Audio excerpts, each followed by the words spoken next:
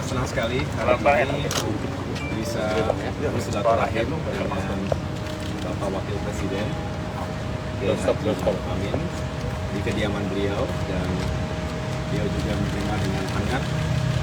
Saya sampaikan bahwa ini adalah bentuk dari upaya saya melaporkan secara langsung kepada Bapak Wapres setelah saya dilantik oleh Presiden pada tanggal 21 Februari yang lalu di istana. Sudah sempat bertemu tetapi hanya sepintas saja karena acaranya kan acara pelantikan. Lalu saya langsung melakukan sertijab serah terima jabatan dari Menteri ATR BPN sebelumnya Bapak Hadi Cahyanto yang saat ini menjadi Menko Polhukam. Dan kemudian di hari pertama yang seharusnya saya bisa langsung bekerja di Jakarta, tetapi justru ada kegiatan di Sulawesi Utara dan kemudian saya langsung terbang untuk mendampingi Bapak Presiden Jokowi meresmikan bendungan Lolak di salah satu kabupaten Bolmong namanya, 4 jam dari Manado. Saya sendiri bisa melakukan sejumlah kegiatan membagikan sertifikat di Kota Manado untuk gereja dan juga untuk warga Manado yang ada di sana secara langsung, dan kemudian mengikuti rangkaian kegiatan Bapak Presiden. Oleh karena itu baru bisa kembali kemarin dan sore hari ini juga, karena kebetulan Bapak Wapres besok akan melakukan lawatan ke luar negeri, ke New Zealand, sehingga rasanya tepat hari ini saya bisa sowan silaturahmi secara langsung. Yang jelas beliau tadi juga menyampaikan beberapa pesan karena saya ingin memohon wejangan sekaligus juga arahan-arahan yang jelas terkait dengan urusan pertanahan agraria dan tata ruang ini. Beliau mengingatkan bahwa masih banyak permasalahan yang dihadapi masyarakat kita di berbagai daerah. Beliau bahkan tadi dan saya catat secara langsung beberapa saat yang lalu ada warga yang melaporkan, mengadulah kepada Bapak Wapres tentang tanahnya yang diserobot oleh orang lain, diserobot oleh pengembang, dan akhirnya nasibnya tidak menentu. Kasihan padahal ini rakyat kecil. Jadi disinilah yang menjadi tantangan terbesar bagi Kementerian ATR, bagaimana kami bisa secara utuh, tentu bukan juga terburu-buru, gegabah, tetapi secara utuh melihat permasalahan sengketa, termasuk juga kasus-kasus yang disebabkan oleh mafia-mafia tanah yang merugikan rakyat. Yang jelas sejak awal saya menyampaikan, sama seperti yang telah dicanangkan oleh Menteri sebelumnya, kita ingin tegas. Jangan sampai ada siapapun yang melawan hukum di negeri kita, termasuk di urusan pertanahan ini. Kalau ada rakyat berhadapan dengan mafia tanah, sudah pasti Kementerian ATR akan berpihak pada rakyat, akan membela rakyat kecil. Jangan sampai hak mereka diinjak, apalagi masyarakat rentan. Banyak juga misalnya yang sudah pensiun, ya, itu yang dipermainkan, rakyat kecil dipermainkan, dan kita tidak akan membiarkan itu terjadi. Jadi oleh karena itu saya mohon doanya dari segenap kalangan masyarakat, karena tugas-tugas ATR ini juga tidak ringan, tetapi kami punya niat yang baik. 8 bulan terakhir ini bagaimana bisa menuntaskan pekerjaan rumah, mencapai target-target yang telah dicanangkan sebelumnya, baik dari isu tata ruang, karena kemarin juga saya berkomunikasi dengan sejumlah kementerian lain, ada bidang PUPR, perhubungan misalnya, termasuk juga dengan Kementerian Pertanian, sehingga ATR ini bisa menjadi elemen yang penting yang juga bisa membantu proyek-proyek pembangunan pemerintahan lainnya, dan kita ingin bersinergi, berkolaborasi. Saya sendiri sudah merencanakan untuk berkomunikasi langsung dengan Menko Ekonomi. Tadi saya sudah telepon Pak Erlangga Hartarto, dalam waktu dekat kita akan bertemu, karena beliau sebagai koordinator salah bidang ATR juga, termasuk dengan menteri-menteri terkait lainnya. Jadi ini menjadi bagian dari ikhtiar bersama untuk menuntaskan permasalahan di bidang pertanahan, sekaligus juga kaitannya dengan pembangunan kementerian lain. Mas Ahy sudah 4 hari bertugas, dan kemudian kita tahu kemarin langsung diajak Pak Jokowi. udah mulai ngerasain ritme kerja ya Pak Jokowi memang seperti apa? Kan banyak juga Pak Prabowo misalnya menyebutkan bahwa Pak Jokowi kerjanya tuh keras banget ternyata. Itu mulai dirasakan juga Mas Ahaye? Iya, walaupun baru 1 hari bisa berkegiatan bersama dengan Presiden Jokowi, saya bisa merasakan langsung bahwa beliau juga ingin secara maksimal menggunakan setiap waktunya menyentuh langsung masyarakat. Seperti kemarin misalnya sebagai ilustrasi, sehari di Sulawesi Utara itu ada sejumlah kegiatan. Memang membutuhkan energi, waktu, dan juga fokus. Tidak hanya meresmikan bendungan Lolak, tetapi juga harus diingat meresmikan itu adalah satu hal.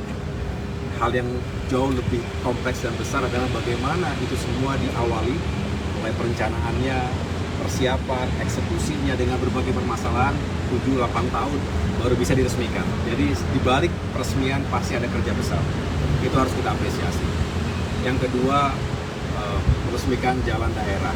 Lalu ada lagi bertemu dengan masyarakat, para pelaku UMKM di kabupaten yang lain. Jadi terbang naik helikopter di Bitung kemarin, kemudian juga memeriksa gudang Bulog yang ada di sana, sekaligus juga menyapa masyarakat. Jadi cukup banyak ragam kegiatan yang dilakukan dalam perjalanan 1 hari di sebuah provinsi. Belum lagi lawatan sebelumnya di Sulawesi Selatan dan lain-lain. Jadi saya bisa merasakan bahwa memang pemimpin, saya yakin Presiden Jokowi termasuk Presiden Bapak Prabowo Subianto juga insya Allah dilantik menjadi presiden punya semangat yang sama. Ini juga yang harus bisa menggerakkan yang lainnya. Kalau pemimpinnya juga benar-benar aktif memimpin, bukan hanya di balik meja tapi juga turun ke lapangan, melakukan pemeriksaan, evaluasi, sekaligus juga menunjukkan leadership dan juga manajemen di tingkat yang paling strategis. Saya rasa ini akan menggerakkan jajaran kabinet, kementerian, lembaga-lembaga, dan termasuk dari pusat sampai dengan daerah. Sinergi dan kolaborasi yang harus dibangun vertikal dan horizontal ini menurut saya menjadi kunci kerja pemerintahan yang sukses. Mas Ahaye tadi di dalam barengan sama Pak Wapres ini ada bicara soal situasi terkini kebangsaan nggak sih Mas, termasuk soal isu soal hak angket yang ingin digulirkan oleh dari paslon lain begitu Mas, soal pasca pemilu? Tidak bicara secara langsung, tidak bicara terkait dengan politik, tetapi tadi justru saya mendapatkan wejangan bahwa ada harapan besar dari Bapak Wakil Presiden kita. Dia mengatakan, saya sebentar lagi berusia 81 tahun. Ada harapan besar bagi generasi penerus ya kita semua ini untuk bisa melanjutkan apa yang sudah baik, sekaligus juga terus melakukan evaluasi apa saja yang bisa kita terus tingkatkan dan sempurnakan. Tadi beliau secara khusus begitu passionate menyampaikan kita harus semakin fokus pada upaya penuntasan kemiskinan misalnya. Bagaimana masyarakat kita ke depan tidak terlalu bersandar pada bantuan pemerintah secara langsung, tapi punya kemandirian karena punya lapangan pekerjaan, punya pekerjaan yang layak maksud saya, termasuk punya kewirausahaan sehingga bisa menjalankan usahanya, khususnya UMKM dengan baik dan punya profit yang juga layak gitu, sehingga pada akhirnya anggaran kita tidak terlalu besar yang habis untuk jaring pengaman sosial, tapi bisa dilakukan pembangunan lainnya yang juga pada akhirnya akan mengenerate pertumbuhan ekonomi. Saya setuju 100% karena itu juga yang Partai Demokrat selama ini perjuangkan, bagaimana masyarakat Indonesia semakin baik kehidupannya, kemiskinan bisa diturunkan, pengangguran bisa diturunkan, dan akhirnya punya pekerjaan yang layak dan bangsa yang juga lebih baik. Jadi itu kira-kira yang tadi dibicarakan, tidak ada secara khusus bicara tentang politik. Tapi sikap Partai Demokrat soal isu hak angket seperti apa sih Mas? Karena kemarin persis Pak Surya Paloh beserta dengan teman-teman dari Koalisi Perubahan itu menyebutkan bahwa mendukung hak angket dan merupakan hak ini adalah hak konstitusional. Kalau Partai Demokrat sendiri mendukung atau seperti apa Mas? Saya tidak melihat ada urgensi ke sana. Bukan hanya karena Demokrat saat ini adalah bagian dari pemerintahan, tetapi juga saya melihat bahwa walaupun sekali kita menghormati, penghitungan masih berlangsung ya. Bagaimanapun kita menunggu secara formal dan resmi oleh KPU, tetapi bisa dilihat secara rasional juga hasil penghitungan sementara terkait dengan Pilpres ini sudah menempatkan pasangan 02 Prabowo Gibran sebagai kandidat yang unggul dan jauh, unggulnya marginnya besar. Jadi tidak bisa saya tidak melihat ada sesuatu yang sangat aneh di situ karena memang jaraknya jauh. Ya, tetapi saya juga sebagai seorang Demokrat menghormati siapapun di negeri kita, partai manapun, tokoh manapun yang ingin menggunakan hak konstitusional, silakan. Tetapi kami dari Partai Demokrat secara tegas mengatakan kami tidak melihat ada kepentingan itu. Saya justru lebih tertarik pasca pemilu ini, setelah kita mengetahui tentu namanya pertempuran politik itu menyisakan orang yang kecewa, orang yang marah, orang yang belum bisa mencapai targetnya, dan saat yang baik untuk kita mulai merajut kembali rekonsiliasi bangsa, dan itu harus kita tunjukkan secara genuine. Mengapa? Karena kita ingin Indonesia tidak terlalu lama terjebak pasca pemilu ini dalam urusan-urusan yang juga tidak produktif bagi pembangunan bangsa. Kita berharap 8 bulan ini menjadi masa yang penting. Transisi kepemimpinan nasional itu harus dikawal dengan baik. Justru Demokrat bersyukur karena bisa terlibat secara langsung dalam masa transisi ini. Karena bagaimanapun ini masa yang paling penting. Saya tahu pasti Pak Presiden Jokowi telah mempersiapkan langkah-langkahnya sebelum nanti menyerahkan tongkat estafet tersebut kepada Bapak Prabowo, insya Allah ya.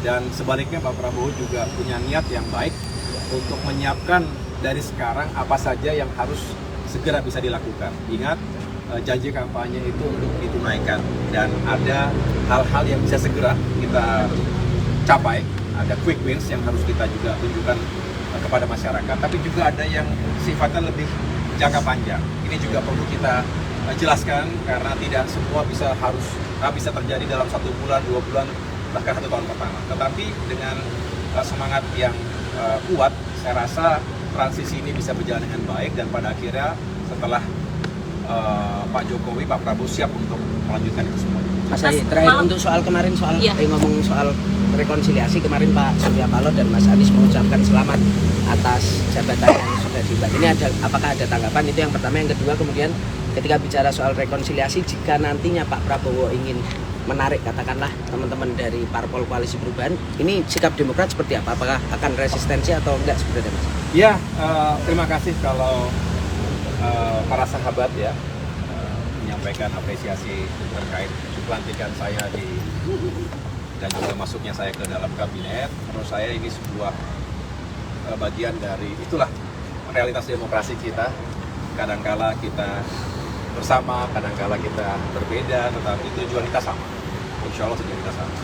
Dan bagi saya, ketika ada niatan untuk terjadi penggabungan atau perkuatan koalisi, tentunya sebagai Presiden terpilih Bapak Prabowo Subianto merupakan pemimpin koalisi Indonesia Maju.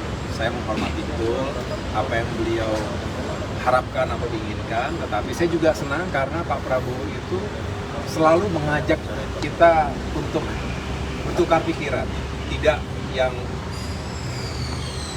langsung mengambil sesuatu yang strategis atau fit accompli. Tidak demikian, beliau selalu justru menyampaikan terus bagaimana pendapatnya. Nah, yang penting kita punya ruang itu, dan saya rasa kalau kita punya ruang itu, kita semua merasa terwakili pikiran juga aspirasinya.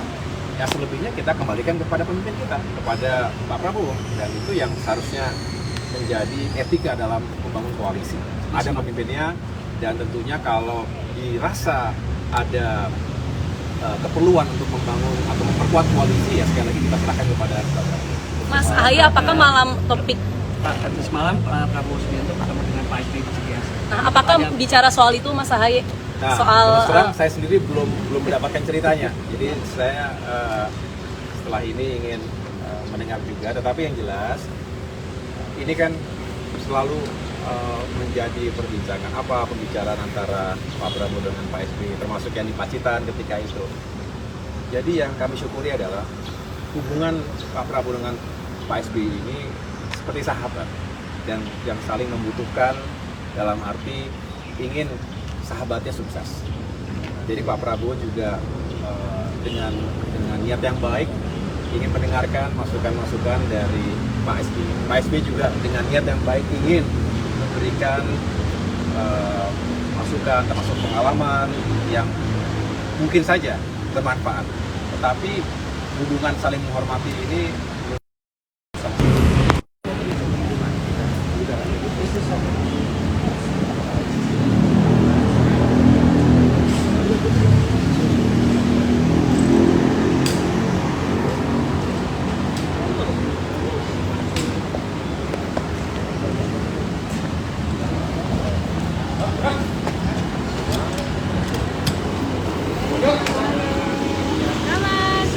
Mas.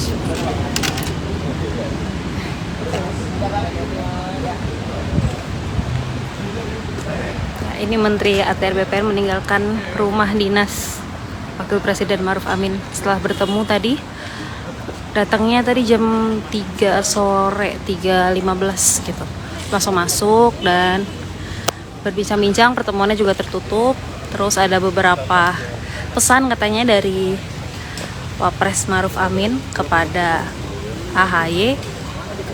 Salah satunya ya untuk berfokus agar masyarakat tidak terus-terusan mengalami kondisi kemiskinan, begitu salah satunya.